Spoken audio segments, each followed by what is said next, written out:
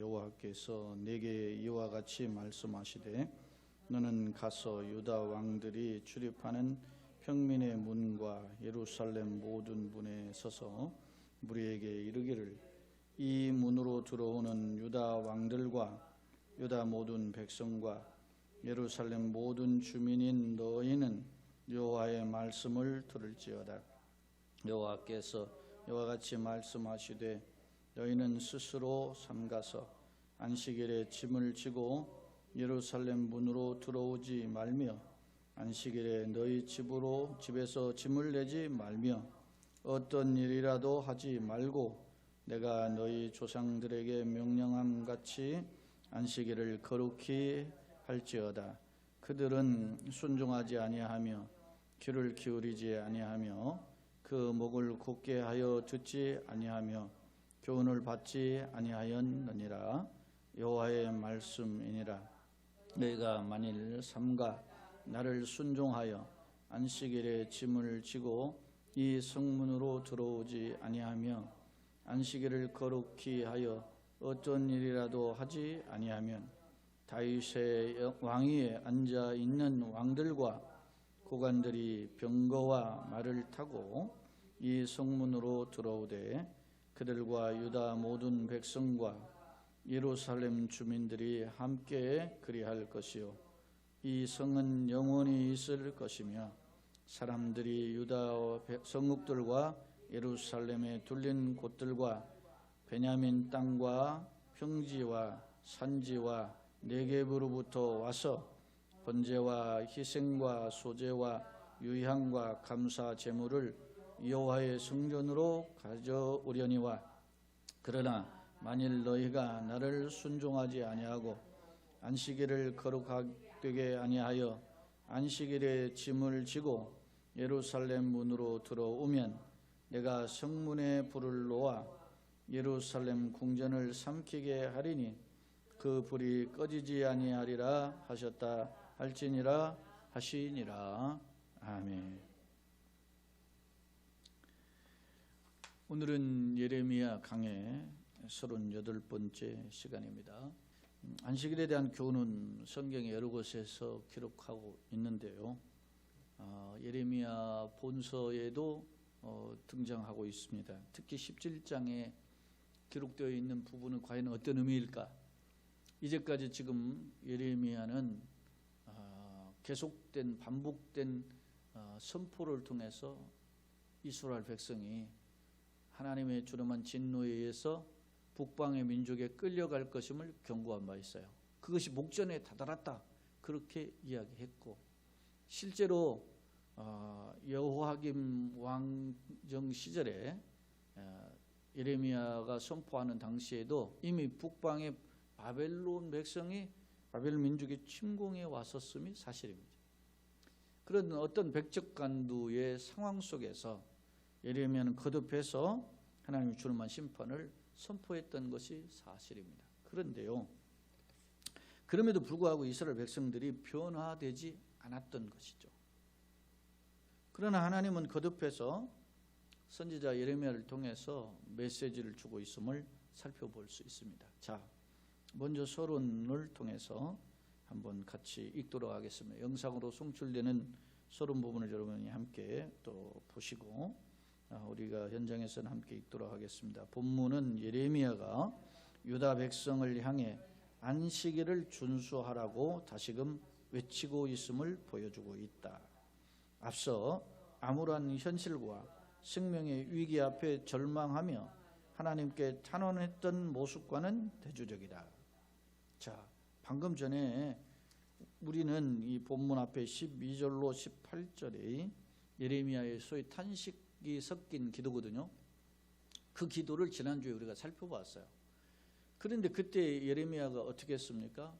자신을 죽이려고 하는 당대의 이스라엘 백성들, 동족의 핍박에 생명의 위협을 느끼고 하나님 앞에 하소연을 한 겁니다. 하나님, 내가 죽겠습니다. 그런 생명의 위기 속에 탄식했어요. 그런데 그때 그 예레미야의 고백을 보면 하나님, 나를 치료해 주세요. 그런 회복의 소원도 담겨져 있음을 알 수 있어요.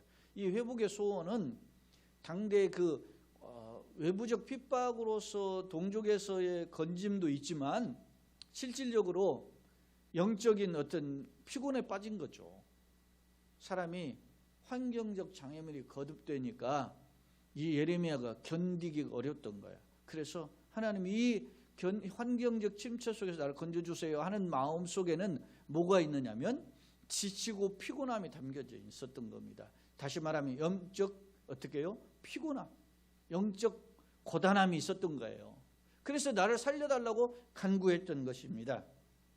그런데 그러했던 예레미야 선지자가 오늘 본문에서는 서론 부분에 유다 백성들을 향해서 안식일을 다시 준수하라고 외치고 있다라는 점이에요.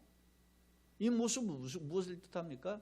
예레미야가 하나님 앞에 간구했던 것으로만 성경으로 기록되어 있지만 그러나 그 행간의 여백을 통해서 그가 기도한 만큼 하나님의 위로와 힘을 재충전받았음을 엿볼 수 있다는 것이죠. 다시 힘을 얻은 예레미야가 말씀을 외쳤다는 것입니다. 그래서 앞서 암울한 현실과 생명의 위기 앞에 절망하며 하나님께 탄원했던 모습과는 대조적이다 하는 표현이 바로 그런 의미예요. 비록 현실의 장애물로 잠시 흔들렸으나 하나님만 바라보고 다시금 일어섰음을 알 수 있다. 그렇다면 예레미야가 용기를 내어 선포한 안식일 중수 명령은 어떤 의미를 내포하는 것일까?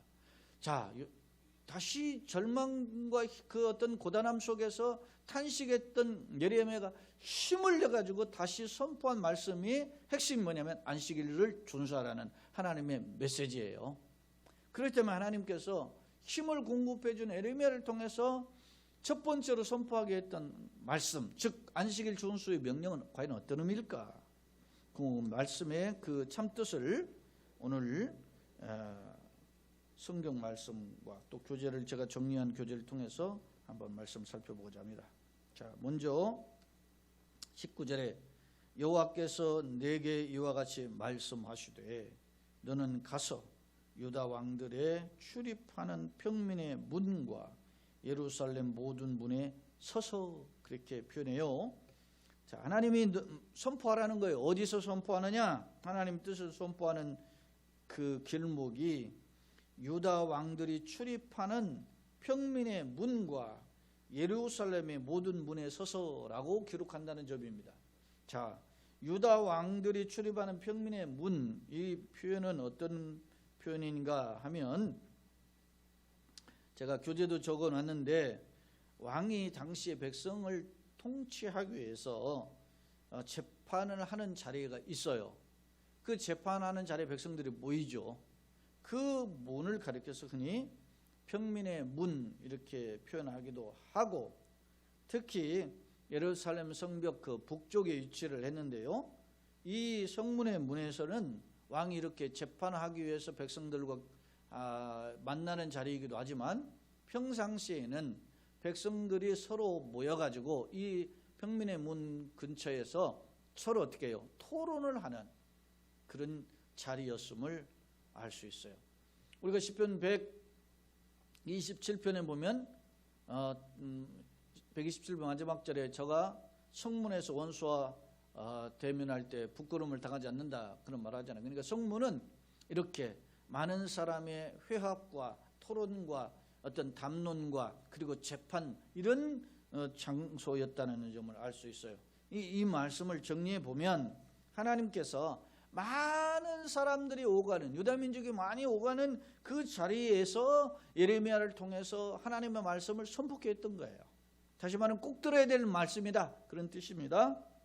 자, 20절 그러면 무리에게 이르기를 이 문으로 들어오는 유다 왕들과 유다 모든 백성과 예루살렘 모든 주민인 너희는 여호와의 말씀 뭐라고요? 들으라 그랬어요. 반드시 귀를 기울이고 그의 주님의 말씀에 청중해야 됨을 오늘 선포하고 있는 거예요. 그렇다면 하나님이 예레미야를 통해서 주시는 명령은 무엇인가? 21절 여호와께서 이와 같이 말씀하시되 너희는 스스로 삼가서 안식일에 짐을 지고 예루살렘 문으로 들어오지 말며라고 하고 있어요. 자, 너희는 스스로 삼가다 조심하는 거죠. 어떻게 조심하느냐? 안식일에 짐을 지고 예루살렘 문으로 들어온다. 안식일에 왜 예루살렘 문으로 짐을 지고 들어오는가? 이 짐을 진다라는 그 표현을 제가 이게 뭐 교재에는 구체적으로 다 밝히진 않은데, 여기 안식일에 짐을 지고라고 하는 그 히브리어를 이렇게 보니까 티스 마사 베욤 하서바트라고 하는 이 표현인데, 이 단어의 뜻을 짐을 어깨에 메고 등짐을 지고 옮기는 거예요. 부지런히 옮기는 거예요. 이 옮기는 행위가 뭐냐면 소위 돈벌이를 위해서, 장사를 위해서, 상거래를 하기 위해서 짐을 옮기는 행위임을 알 수 있어요. 바꿔 이야기하면, 제가 교재도 적어놨지만 짐을 지고 상거래를 하다는 의미를 내포하고 있다. 즉 안식일에 이익, 돈을 쫓아서 이스라엘 백성들이 활동했다는 것입니다. 그러니까 하나님의 지금 예레미야를 재충전해서 세워서 첫 번째 외치게 하신 말씀의 그 핵심의 첫 번째 말씀이 뭐냐면 안식일을 지키라는 거예요. 안식일을 지키는 것의 첫 번째가 뭐냐면 너희가 상거래, 이익을 쫓아서 행동하던 그런 생활을 멈추고 중단하고, 그런 뜻이에요. 하나님의 말씀에 순종을 할 것을 요구한 거죠. 자, 22절에 21절에 여호와께서 이와 같이 말씀해 너희는 스스로 삼가서 안식일에 짐을 지고 예루살렘 문으로 들어오지 말며, 22절 안식일에 너희 집에서 짐을 내지 말며 어떤 일이라도 하지 말고 내가 너희 조상들에게 명령함 같이 안식일을 거룩히 할지어다 그랬어요. 이 말은 안식일의 규례는 조상들에게 주신 규례죠. 모세를 통해서 안식일 규례가 십계명을 통해서 주어졌음을 우리는 알아요.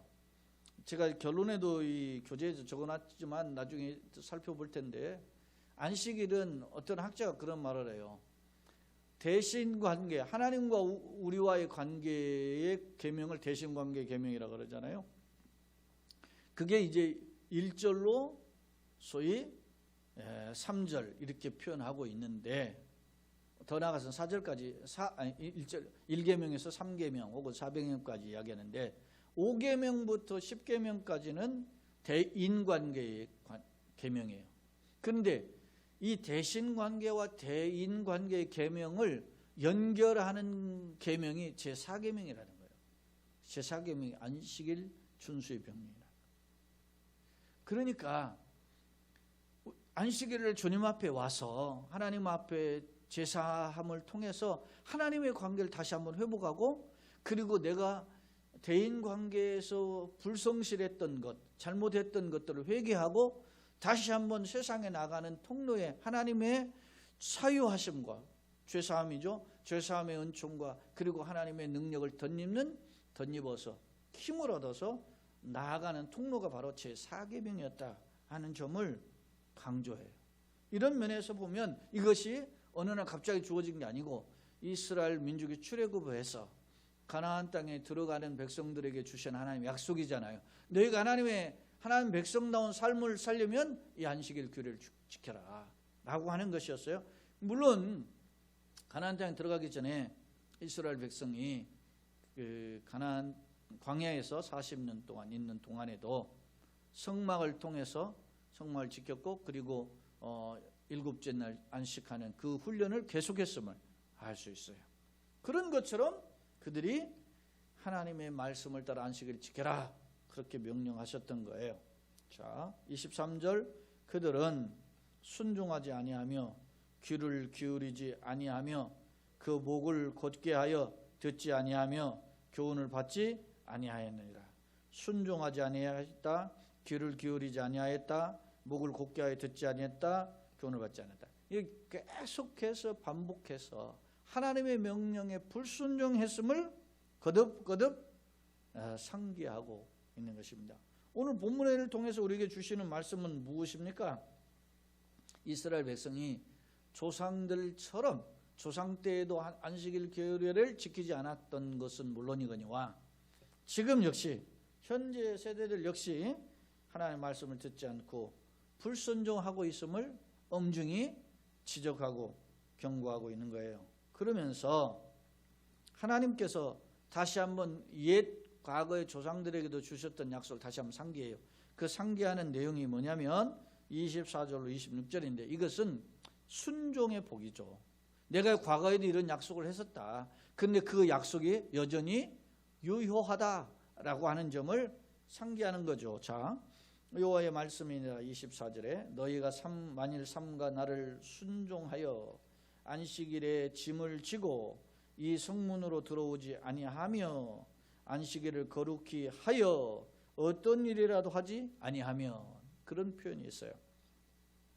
안식일을 삼가 나를 순종했다. 앞서 순종하지 아니한다라는 거 대주잖아요. 귀를 기울이지 아니하는 것과 목을 곧게 하는 것과 하나님의 교훈을 듣지 않는 것과는 대조적인 것. 순종한다는 말에는 모든 것 다 함축적이에요. 그러면서 순종하되 어떤 일을 하느냐? 안식일에 짐을 지고 이 성문에 들어오지 아니해요. 내가 돈벌이를 위해서, 이익을 위해서 내가 이 성문을 출입하지 않는다는 겁니다.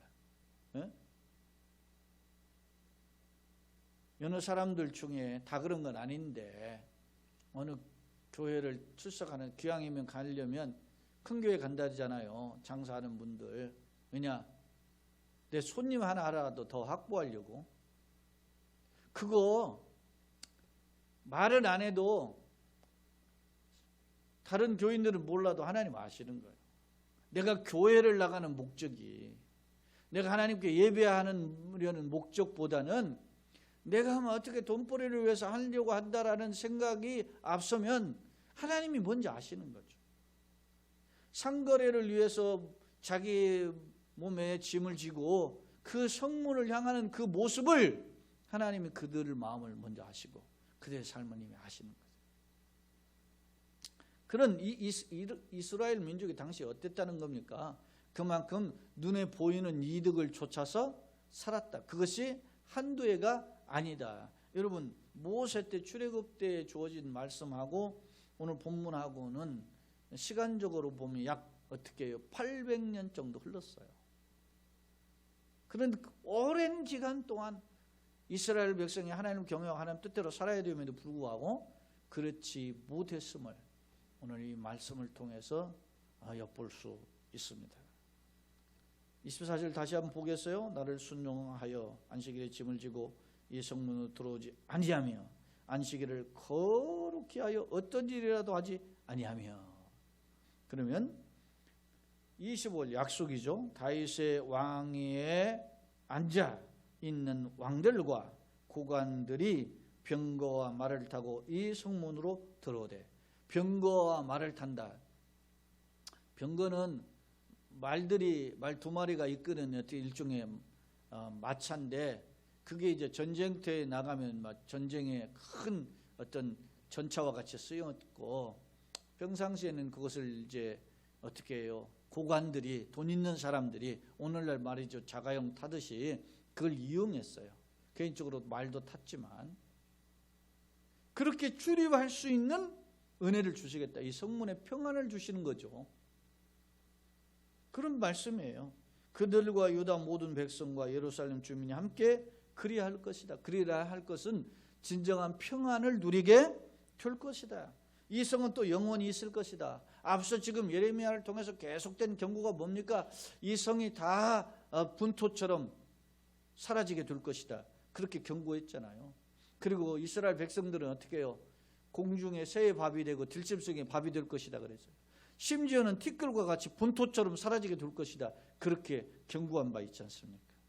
그러나 반대로 이렇게 안식일을 준수하면 하나님께서 이 성을 계속 존치하게 하고, 그리고 나아가서 어떻게 해요? 이 성을 출입하는 백성들, 왕이나 고관들이나 뭐 이렇게 예를 들어서 자가용 타고 오듯이 오게 할 뿐만 아니라 성의 진정한 평안을 주실 것이다 라고 말씀하고 있는 것입니다.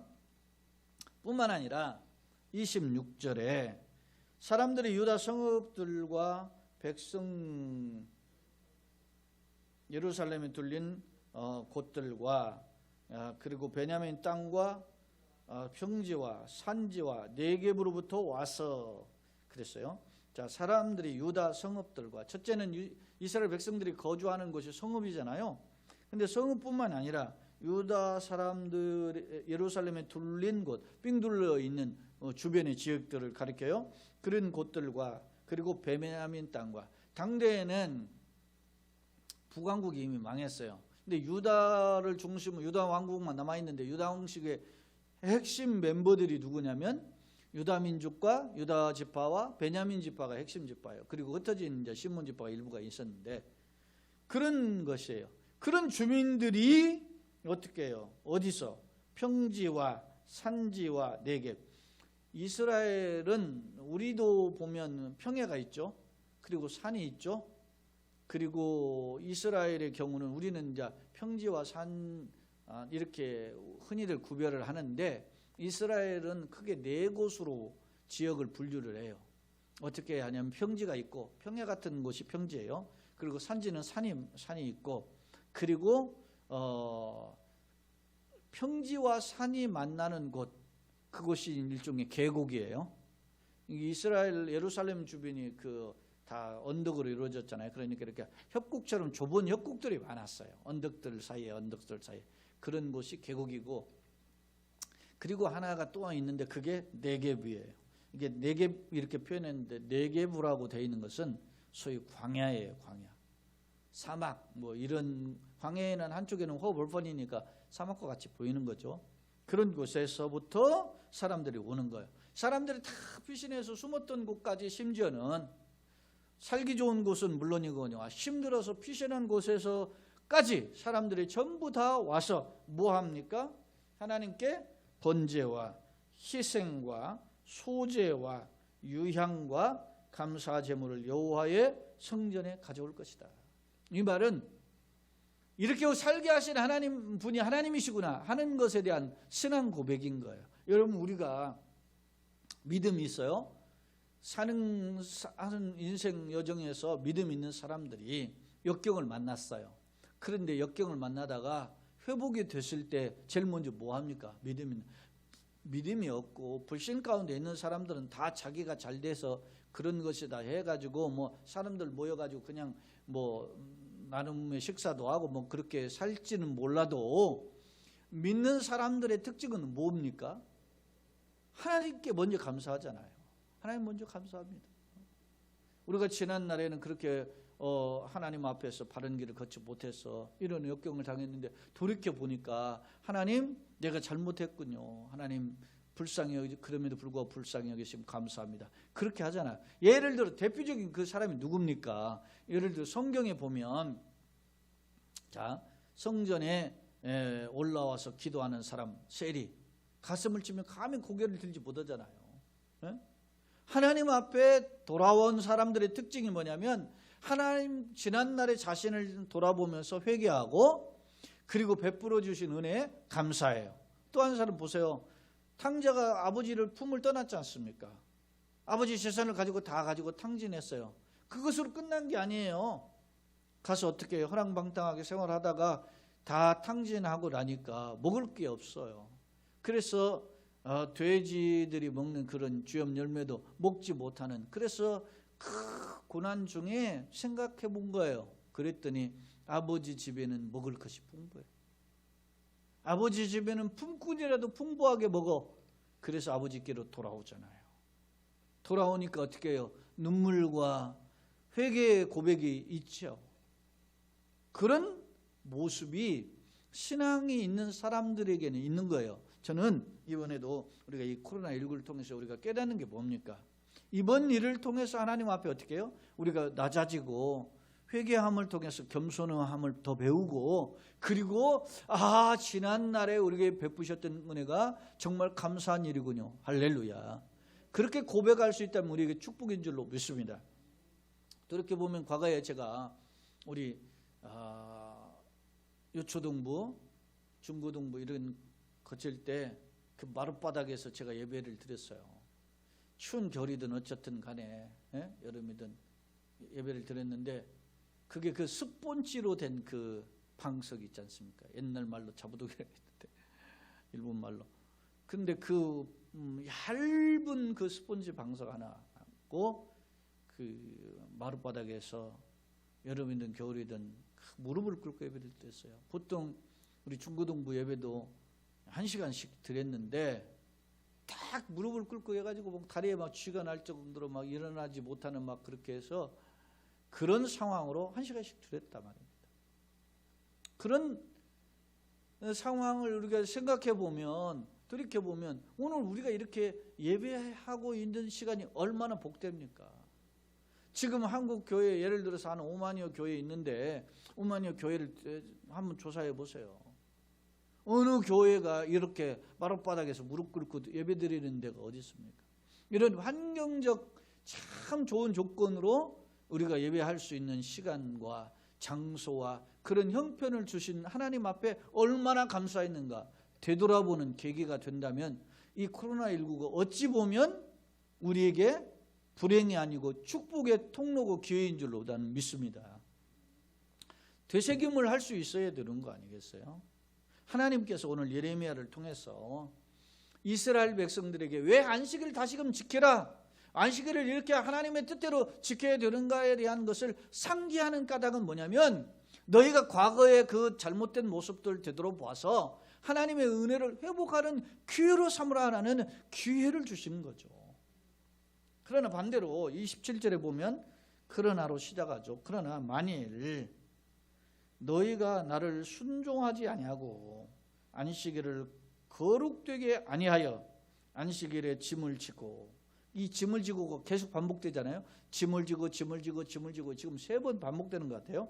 그 반복되는 이 표현을 보면 앞서 짐을 지고라는 표현은 뭡니까? 상거래를 한다, 상행위를 한다. 다시 말하면 이익을 쫓아서 여전히 안식일을 내가 이익을 쫓는 삶을 추구한다면 예루살렘 문으로 들어오게 되면 내가 성문에서 어떻게 해요? 불을 놓아. 불을 놓는 심판을 상징한다는 불을 놓아 예루살렘 궁전을 삼키게 한다. 그리고 가장 강력한 장소가, 힘의 장소가 어디입니까? 왕궁 아닙니까? 궁전을 삼키게 하리니 그 불이 꺼지지 아니하리라 하셨다 할지니라 하시니라. 예레미야를 통해서 이렇게 메시지를 준 거예요. 그러니까 그 예레미야가 하나님으로부터 그 메시지를 받아가지고 사람들이 오가는 성문의 앞에 서서 외친 거예요. 저는 우리가 이 행간의 예배를 통해서 발견할 수 있는 것은 예레미야가 얼마나 절망했습니까? 백성들이, 민족이 자기를 죽이려고 하는 위협 속에서 있을 때, 그 몸도 지치고 마음도 지친 그 상황 속에서 하나님 나 그만하고 싶습니다. 왜 그런 생각이 없겠어요? 그런데 하나님이 다시 한번 그의 탄원을 들으시고 하나님께서 말씀으로 그에게 재충전해 주시고 그 재충전을 받아서 예레미야가 외쳤는데, 야 니들 잘 될 것이다 이런 표현이 아니고 선택의 기로에 서 있음을 너희가 깨닫고 하나님의 뜻을 좇아서 말씀을 따라 사는 자가 되어라, 이렇게 돼요. 그 말씀의 핵심이 뭐였어요? 오늘 본문에서 살펴보니까 하나님께 돌아오는 통로가 뭐였습니까? 안식일 중수였다는 거예요. 하나님을 찾는 비결이라는 거예요. 그러니까 오늘날도 우리가 동일히 보면 물론 구약의 안식일과 오늘의 주일의 개념이 조금 더 다르죠. 좀 더 차원이 더 성숙되어 있죠. 주일의 개념은. 왜냐하면 승화되어 있죠.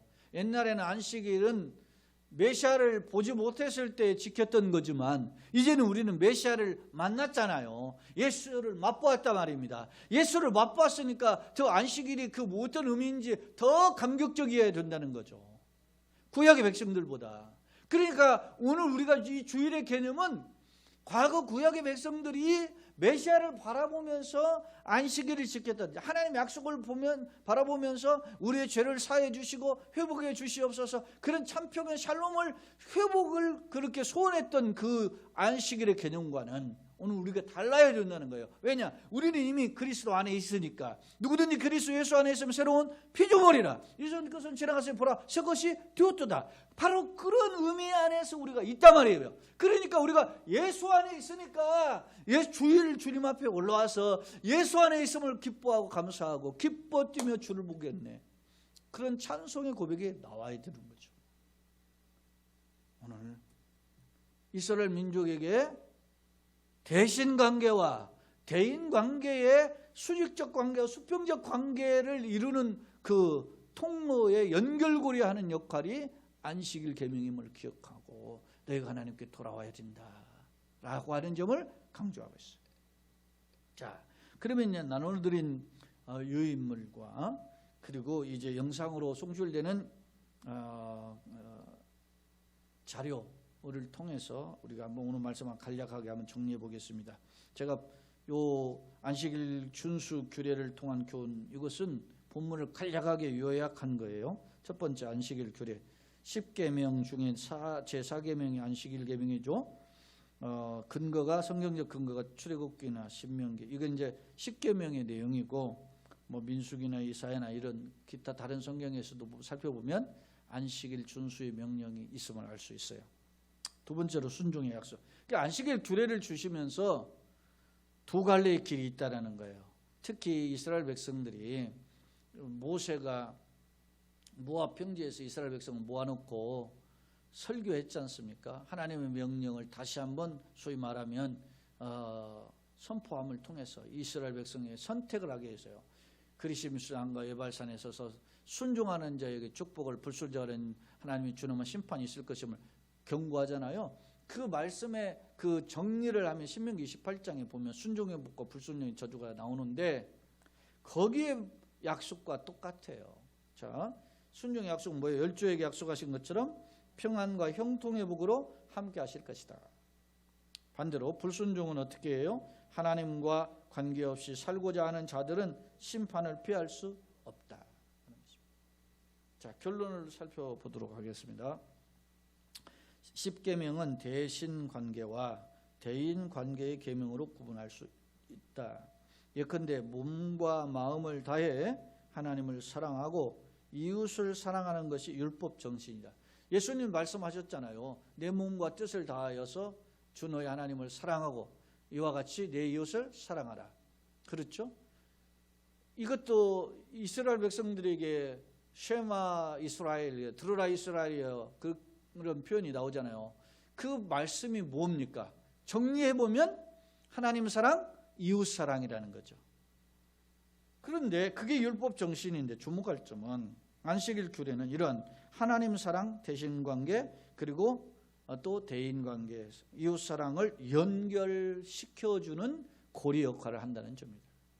그렇다. 안식일을 통해서 하나님과의 관계를 재정립했으며 나아가 말씀을 좇아 이웃을 사랑했던 것이 이스라엘의 안식일을 준수하는 태도였어요.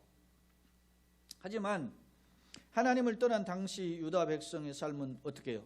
뒤죽박죽이었다.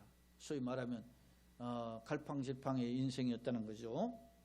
때문에 하나님은 다시금 선지자 예레미야를 통해서 안식일 계명을 상기하심을 통해서 언약 백성으로서의 자격을 회복할 것을 촉구하셨던 것이다. 반대로 계명의 불순종은 하나님 없이 살겠다는 언약 백성의 포기였음을 볼 때 나는 하나님 뜻과 상관없이 살겠습니다, 이런 거 아니겠어요? 불순종은 당시 상황이 심각했음을 보여주고 있다. 이렇게 선포했지만 예레미야의 선포를 듣지 않고 이스라엘 백성이 어떻게 해요? 하나님께로 어떻게 방향 전환을 한 게 아니라 뒤돌아서서 세상을 향해서 갔단 말입니다. 나는 어떠한가? 껍질에 함몰된 세상 유행이 아닌, 오늘 우리는 껍질을 줬지요. 껍질이 눈에 보이는 것을 저는 껍질로 표현했는데 사실 사람들은 다 이것을 쫓아가요. 그래서 얼굴을 중시하는 외모 중심주의, 또 학벌 중심주의, 그리고 직장 어디 다니느냐, 돈 얼마나 버느냐, 예? 너네 가문은 어떠냐, 뭐 이런 것 따지지 않습니까? 이런 것이 우리 사회에 팽배한데 문제는 이것은 세상이 시간이 흘러가면 흘러갈수록 이런 외모 중심주의, 외모 지상주의는 여전히 계속돼요. 문제는 교회가 하나님의 뜻을 버리고 하나님의 뜻을 쫓아가기는커녕 이런 세상을 쫓아갈 때가 문제라는 것입니다.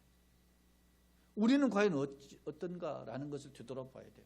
나는 예수를 믿으면서 여전히 세상 사람들이 추구하는 것처럼 돈, 예? 외모, 예? 그리고 세상 조건, 그건 쫓아가지는 않는가. 물론 이런 것들이 필요해요. 이런 것들이 없으면 좀 불편하고 힘든 것도 있어요. 그러나 그것이 우리의 인생의 진정한 축복은 아니라는 것입니다. 우리가 말씀을 통해서 그렇게 살다가도 말씀을 통해서 다시 한번 가다듬고 다시금 바른 길로 가고자 하는 것이 우리가 예배해 드리는 목적이고 하나님을 찾는 목적 아닙니까? 그리고 엎드려 기도하는 목적 아닙니까? 껍질에 함몰된 세상 유행이 아닌 언약, 말씀을 통해서 주신 약속이죠. 그 약속을 바라보고 붙잡고 그래서 주님의 은혜에 붙들린 바 되어서 승리하는 저와 여러분들 되시기를 예수님의 이름으로 축원합니다. 특별히 오늘 이 자리에 올라와서 현장에서 예배하고 또 영상 준비팀으로 또 가정에서 함께 가족과 함께 예배하는 우리 모두에게 이런 하나님을 바라보고 주의 약속을 붙잡혀서 걸어가는 승리의 걸음이 되시기를 예수님의 이름으로 축원합니다. 하나님 우리 아버지 은혜와 사랑을 감사합니다. 오늘 또 말씀의 거울을 통해서 우리 자신을 돌아볼 수 있게 하신 것 감사합니다. 우리 모습에 냄새나는 부분이나 지워야 될, 씻어야 할 부분이 무엇인지 되돌아보게 하시고 하나님 그 말씀을 통해 깨닫게 하셨사오니 그 말씀에 굳게 서서 하나님을 기쁘시게 하는 자로 설 수 있는 우리 모두가 되게 하여 주옵소서. 그런 우리 성도요, 가정이요, 우리 교회요, 그리고 이 땅의 한국 교회요, 이 땅의 그리스도인들 될 수 있도록 주의 자비 긍휼을 베풀어 주옵소서. 우리를 불쌍히 여기신 주님, 약속을 붙잡고 살아가는 종들에게 승리의 걸음이 되게 하여 주옵소서. 예수 그리스도 이름으로 축복하며 기도합나이다.